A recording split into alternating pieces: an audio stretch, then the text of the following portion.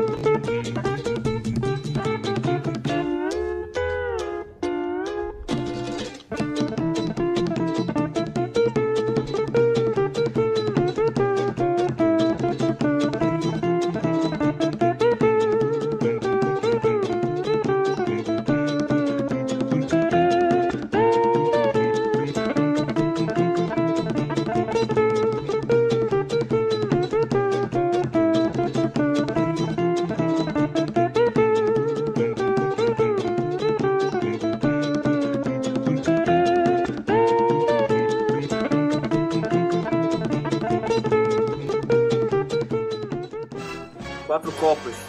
Será que vai?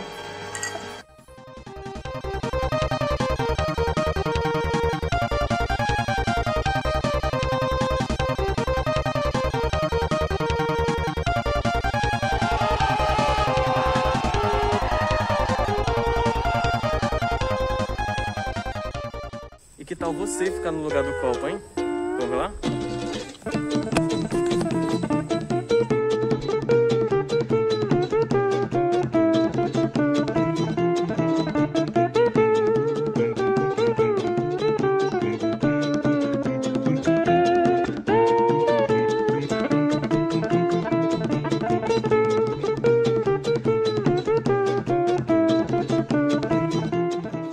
Vocês devem estar se perguntando por que o copo não caiu, né, pessoal? Bom, quando a gente começou a girar o copo, ele fez uma trajetória circular. E todo corpo em uma trajetória circular, ele tende a sair pela tangente, na mesma direção que a velocidade. Bom, quando o copo está no ponto mais alto, é quando ele está na iminência de cair. E nesse ponto, nós vamos ter duas forças. A primeira é a força-peso e a segunda é a tração. Bom, a resultante dessas forças a gente vai chamar de força centrípeta, que é uma força que sempre aponta para o centro. E como o copo está na tendência de sair pela tangente, e como nós temos forças puxando ele para o centro, ele vai entrar numa trajetória circular, e assim ele não vai cair. Agora a gente vai apresentar para vocês melhor o que é força centrípeta. Bora lá! Toda vez que um corpo faz uma curva, o vetor velocidade muda de direção. A velocidade ela é sempre tangente à curvatura. E a grandeza responsável por mudar a direção da velocidade é a aceleração centrípeta, que aponta sempre para o centro da curvatura. Como vocês podem observar no exemplo, o corpo está em uma trajetória circular ou curva. E a aceleração centrípeta, que é essa de verde, sempre está apontando para o centro. E a velocidade, que é o de vermelho, sempre está mudando de direção. Uma hora está para baixo, uma hora está para a esquerda, para o lado e assim vai. Essa aceleração ela faz com que o corpo não saia da sua trajetória pela tangente, e ela pode ser calculada pela seguinte fórmula.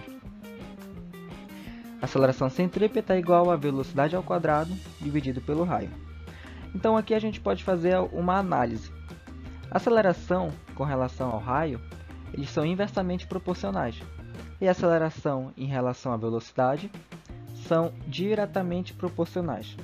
O que isso quer dizer? Se o raio aumentar, a aceleração diminui e a rapidez com que a velocidade muda de direção também vai diminuir. Porém, o módulo da velocidade permanece constante, já que se trata de movimento circular uniforme. A aceleração é responsável por mudar apenas a direção da velocidade, ou seja, maior aceleração, mais rápido muda de direção. Menor aceleração, mais lento muda de direção. E a gente pode observar isso nesse exemplo aqui. Aqui nós temos um raio maior em relação a esse. E como vocês podem observar, como o raio é maior, a aceleração centrípeta diminui e a rapidez com que a velocidade muda de direção também vai diminuir. Aqui, onde a gente tem um raio pequeno, faz com que a aceleração centrípeta seja maior e a velocidade mude de direção mais rapidamente. A segunda lei de Newton fala que se tem aceleração, existe força resultante, e nesse caso, iremos chamar essa força resultante de força centrípeta. A força resultante e a aceleração sempre apontam para o mesmo sentido, logo, a força centrípeta vai apontar para o centro da curvatura. Porém, a força centrípeta não é uma nova força, ela é o resultado de todas as forças que apontam para o centro, e pode ser calculada a partir da segunda lei de Newton, que é força resultante igual a massa vezes a aceleração. Só que como vocês podem observar no exemplo, a força resultante ela é igual à força centrípeta, e a aceleração nós podemos dizer que é a aceleração centrípeta. Logo, a força centrípeta é igual a massa vezes a aceleração centrípeta. Mas como vocês puderam ver no slide anterior, a aceleração centrípeta tem a seguinte fórmula, que é a velocidade ao quadrado dividido pelo raio. Substituindo na fórmula, nós podemos perceber que a força centrípeta é igual a massa vezes a velocidade ao quadrado dividido pelo raio. Agora vamos dar um exemplo bem parecido com o nosso experimento, que é o do globo da morte. Vocês já ouviram falar do globo da morte?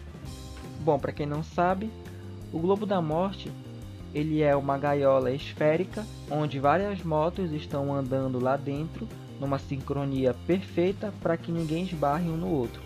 Em um certo momento, os pilotos eles ficam andando assim, dando um loop dentro dessa esfera. E aí vocês se perguntam, por que eles não caem? Isso acontece justamente porque a moto está em uma determinada velocidade que permite com que ocorra o loop. Mas como saber que velocidade mínima ela precisa para que esse loop aconteça? Então, quando ela está aqui no ponto mais alto, que é quando o loop acontece, nós vamos ter a força peso para baixo. E essa força peso está apontando para o centro da curvatura. Logo, a nossa força resultante, que vai ser a nossa força centrípeta, vai ser igual à nossa força peso, como vocês podem ver aqui. Bom, então, a força centrípeta, como nós já vimos, pode ser calculada por massa vezes velocidade ao quadrado dividido pelo raio. Ela vai ser igual à força peso, que pode ser calculada por massa vezes a gravidade. As massas, elas podem ser anuladas, porque a gente vai dividir aqui uma pela outra. E aí, esse raio que está dividindo, ele vai passar multiplicando a gravidade. Então, velocidade ao quadrado vai ser igual ao raio vezes a gravidade. E esse quadrado que está aqui, ele vai passar para o outro lado como uma raiz quadrada. Então, a velocidade mínima para que ocorra um loop tem que ser a raiz quadrada do raio vezes a gravidade.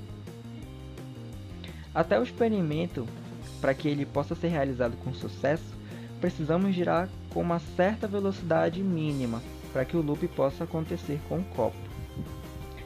Bom, espero que vocês tenham gostado do nosso experimento, gostado da nossa aula sobre força centrípeta e até a próxima.